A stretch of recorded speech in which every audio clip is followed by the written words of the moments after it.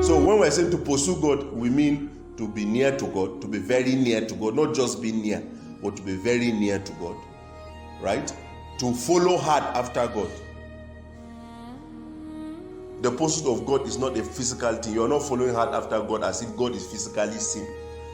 When Jesus said, follow me, of course, the disciples Jesus was a physical Jesus and they were following a physical Jesus. So there was a physical following. But what does it mean to follow hard after God when eventually God is not physical? You're not seeing him, he's not seated here. But scripture encourages us to run after God. The pursuit of God, the first one, means to desire and practice a life of constant fellowship with God. The pursuit of God will mean to desire and to practice a life of constant fellowship with God. Enoch was in constant fellowship with God for 300 years. Because he said that kind of life became more consistent with Enoch after he had given birth to Methuselah. Now the Bible is not telling you that Methuselah is the only son of Enoch. But something happened at the age of 65. By the time that Enoch gave birth to Methuselah, maybe he had an encounter or something happened. But what we understand is that the Bible said that was the time he began to walk with God. He began to become more consistent in his fellowship with God. And the Bible said that kind of fellowship, the man maintained it for 300 years.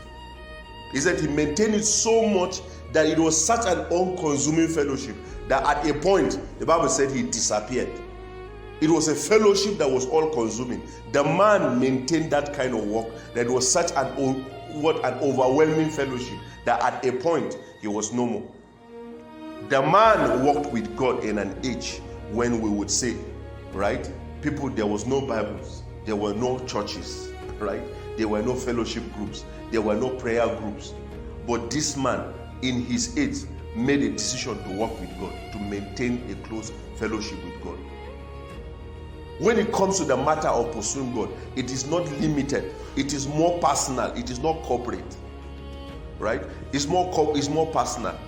And it is not limited by tribe. It is not limited by even the religious inclination or the religious atmosphere of the people that walked with God at that time that they walked with God. What I'm trying to say is this, for example, that Abraham walked with God, right? Knew God in an age of paganism, in an age of idol worship. The background of Abraham was idol worship. There was no church, there was no fellowship. What they knew, his fathers knew, was the worship of idols. But even at that kind of atmosphere, men could still discover God and walk with God.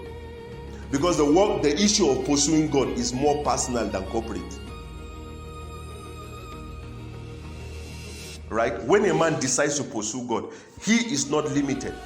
He's not limited by environment. He's not limited even by the background or religious background he grew up knowing.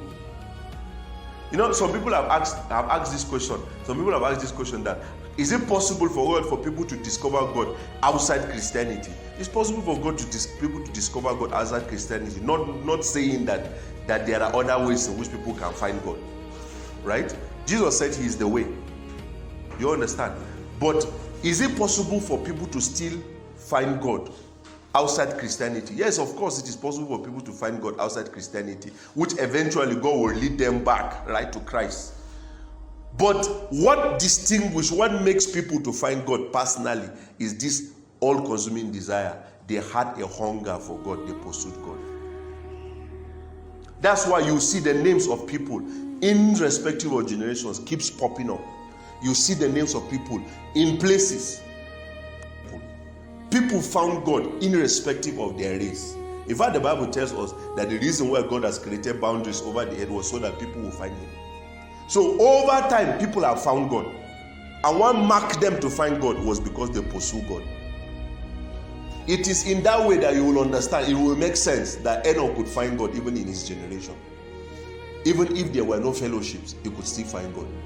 Even if there were no people that were looking for God, he could still find God. He could still walk with God in that manner.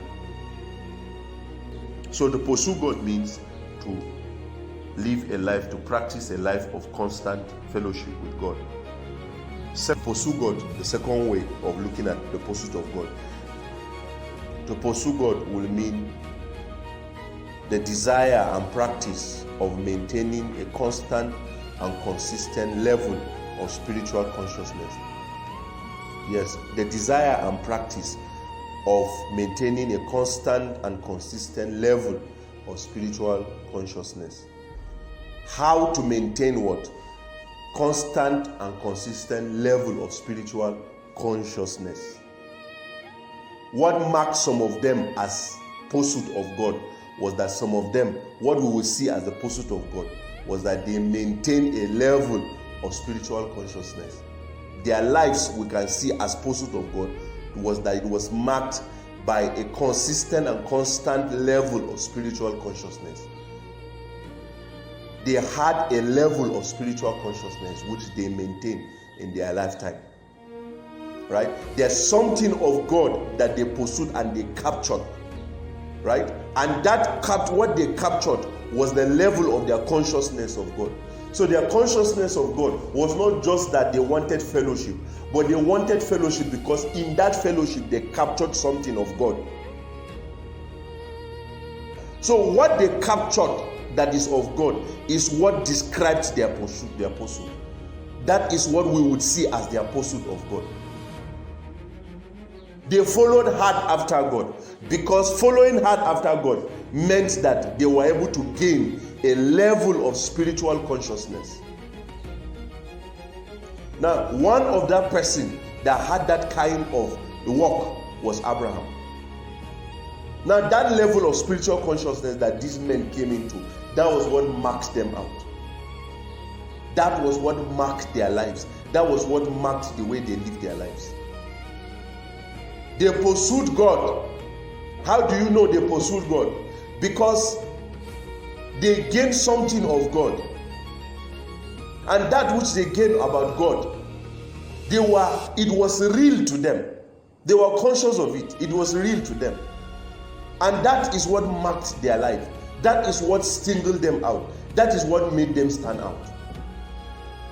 Now, one of that person is Abraham. Right? The Bible tells us that Abraham was a man that was marked by his altars. Abraham was a man that was marked by raising altars. He was a man that knew how to raise altars. And the Bible said the same thing about Jacob and Isaac too. These were men that were marked by the altars they raised. Now the altars they raised was points, were corridors where they had that helped them maintain a level of spiritual consciousness. Their altars was not just a contact point, but in that altar, it had a way of keeping their memory, keeping alive their knowledge of God. Through these altars, they sustain a spiritual consciousness. They sustain a spiritual consciousness that had a way of making them stand out in their time.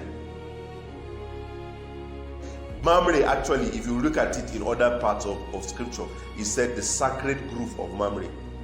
It was a place where people had spiritual encounters. It was like an area. For example, imagine you go to places. For example, in Bauchi, there is a place where you call Bank Road.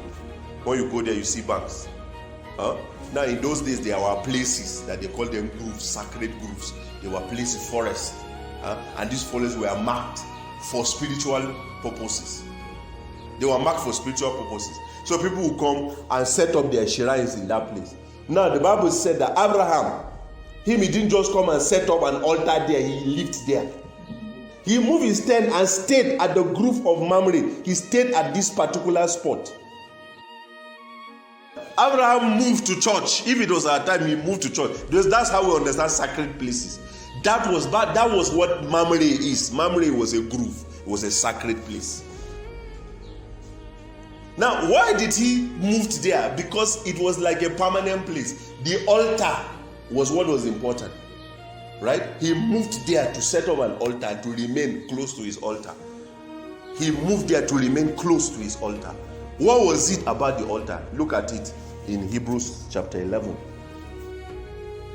By faith he sojourned in the land of promise as in a strange country, dwelling in tabernacles with Isaac and Jacob, heirs with him of the same promise. For he looked to a city which has foundations, whose builder and maker is God. That's to tell you that Abraham, right? He moved his tent to this place, and he said the same thing. Isaac and Jacob also maintained that kind of lifestyle. The reason why they maintained that kind of lifestyle, that they became strangers in the promised land. Bible said God called the man out of his country and pointed him to a land. But when he went to the land, he said he was still a stranger in the land. He lived as if he was not the one that was going to own the land. God has actually promised him the land, right? He said he's taking him to the land and you give him as an inheritance. But when he went to the land, he still remained as a stranger in the land. He said living in tents as Isaac and Jacob. So what was the thing that was permanent for Abraham? He said what was permanent for Abraham was his spiritual encounters.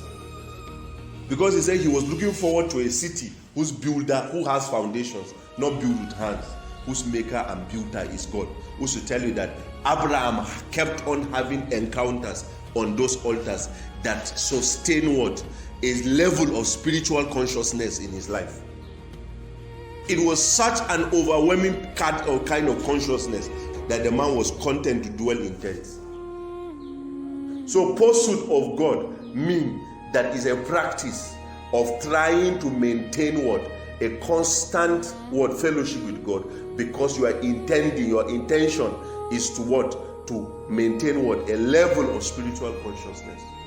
You are pursuing God because you want to maintain what?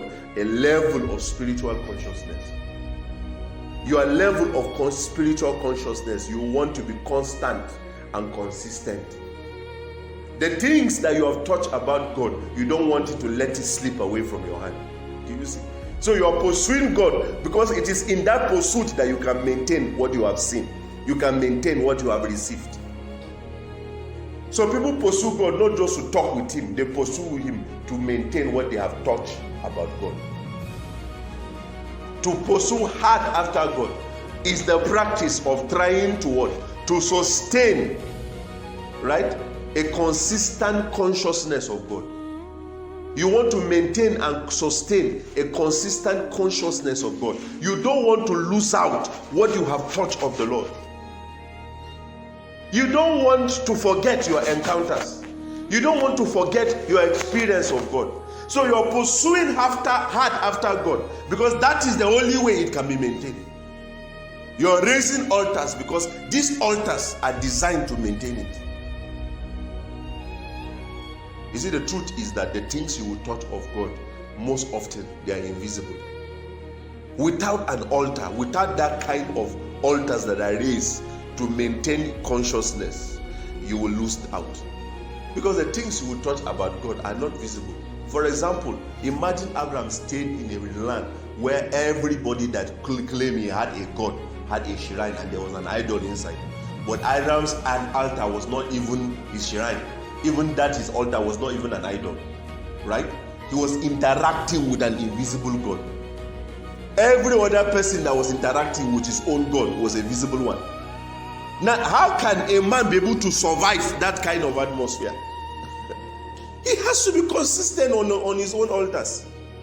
If not, the physical will overwhelm him. The physical will overwhelm him. Now, if not even just the physical that will overwhelm him, even his own tradition of the way his parents had lived, if he's not careful, that one can also fight him. His parents worship idols. That's what the Bible said. Even him had ever worshipped idols before. But it got to a point that Abraham was not worshipping an idol. He was worshipping an invisible God. It was necessary for Abraham to not just locate and set up an altar in Mamre, but to even relocate and stay in Mamre permanently. So pursuit of God was a real business. They pursued hard. That's what scripture said. That's what it means. They pursued hard after God. They did everything to maintain their consciousness of God. If not, it can be lost. The Lot that followed Abraham to the land, didn't the descendants of Lot lost that consciousness? Because at the point they said the God that the Moabites were worshiping was Chemosh. Right? And they worshiped him by even sacrificing children to Chemosh. Where did they learn it from? when he was in Edom, he didn't practice what the Edomites, in Sodom, he didn't practice what the Sodomites were doing. But because the Bible said that his righteous soul was vexed by what he was seeing and hearing. But at a point, that spiritual tradition was lost. Because there were no altars. The altar of Abraham was not for sacrifice only. It was meant to sustain his knowledge of God. So a man can pursue hard after God, I'm emphasizing, because it is a personal thing, and it is irrespective of environment, irrespective of circumstance. Whether it is comfortable or not, men have pursued God. Men have laid hold of God, they have touched God, and it didn't have to do with the environment. It didn't have to do with anything. Whether it was favorable to them or not, their pursuit of God marked them out.